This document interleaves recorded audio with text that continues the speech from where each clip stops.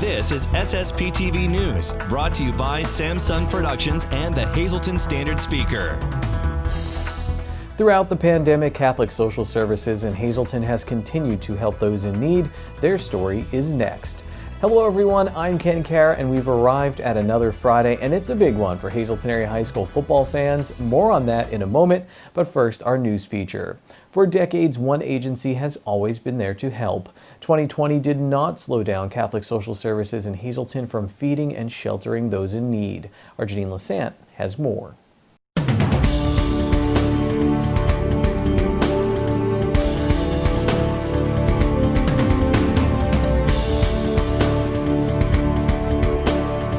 Joining us now on SSPTV News, we have Neil Alberto of Catholic Social Services. Neil, thanks for joining us here on the program tonight. Thank you so much for inviting me to be here. We wanted to touch base with you, a nonprofit that's been around for many years, helping many people throughout the area. How has it been since COVID? Every day is a new day. Every day is a day, and you know, we've been doing the work that we've always been doing.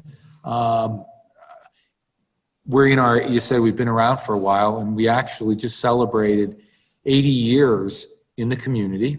We had some extensive renovations that took place in St. Joseph's Pantry. It became totally accessible, accessible entrance, accessible restrooms, new freezer space, new shelf space, things of that nature. And that was at the end of February, and then COVID hit. And so there was a lot of adjusting we had to do in the pantry itself and throughout other aspects of the agency. But the pantry is open, and we have seen such a need for food during this pandemic. Boy, yeah, absolutely. And, you know, there was discussions and dialogues with other organizations, some pop-up pantries that started throughout the community, but we all maintained contact. And yeah, it has been tremendous in the number of people that came for support through the pantry itself. And at the same time, the workers who, they didn't miss a beat. And, you know, just right from the challenges and the stress, because worried and concerned about wanting to provide the work and the service, knowing that there was this volume of individuals and families coming in, but also at the same time, that care and concern for their own family, you know, and just worried. You know, everybody, it was like these new waters we were all threading through, and just trying to deal with the stress of that as well. One of the things we were able to do and doing now is dedicating one day a week specifically to pregnant moms. So trying to help them with their needs and whatnot. And so it's time, Fridays particularly. Neil, you also have been able to provide shelter. So we want to touch a little bit on the shelter. Amazing. The fact that, again, a program that hasn't missed a beat. And when you think about a program like that, I remember someone saying to me that, you know, that type of a program, the potential for there to be sickness and whatnot, you know, with people living communally there, but that didn't happen. You know, we really were extremely, extremely cautious with that. And you also have started a new program for 18 to 26-year-olds. Yes, that is called the Bridge to Independence program. And that's a program, it's a collaborative effort with funded through Luzerne, Wyoming County Mental Health Services.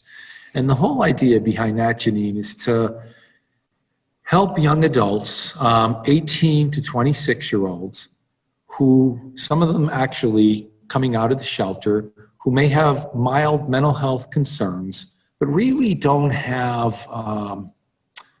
the connections that they need to be able to be independent on their own. So it's a program that individuals can come and gain the support that they need to work towards independence and self-sufficiency. And they could, if they need to, actually stay in that program for up to 18 months. So it's a good thing. It's a very good thing.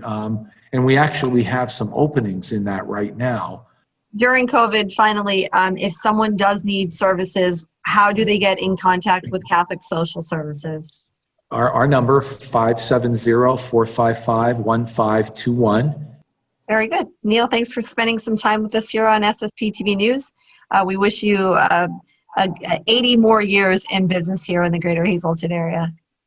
Thank you. And thanks for you guys holding it together and helping us. Really appreciate it. Today's news feature is brought to you by Workforce Resources Inc. of Hazleton, in business since 2013, located in West Hazleton. If you're looking for a job, call them at 570-454-8810 and find out how you can apply for specific jobs, including skilled positions and warehousing. Full-time and part-time opportunities are available.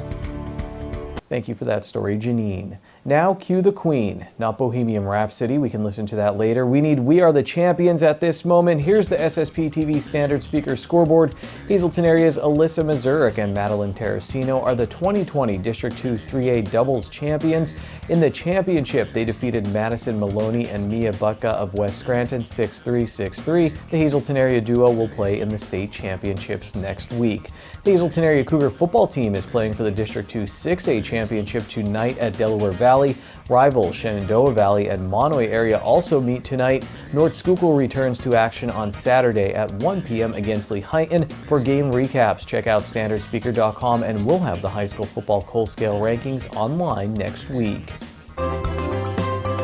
Time now for weather on SSPTV News. Here's our weekend forecast from the National Weather Service. Tonight, partly cloudy with a low of 23 degrees. It's sunny on Saturday with a high of 43, and partly cloudy Saturday night with a low of 31 degrees. Sunday, there's a 30% chance of showers after 2 p.m., partly sunny with a high of 51. At night, a 30% chance of showers before 8 p.m., partly cloudy with a low of 29. Monday is mostly sunny with a high of 41, and Monday night, partly cloudy with a low of 29. Tuesday is mostly sunny with a high of 45 degrees. Coming up, our in-depth community and sports features and the final Lehigh Valley Health Network Breast Cancer Awareness Month segment.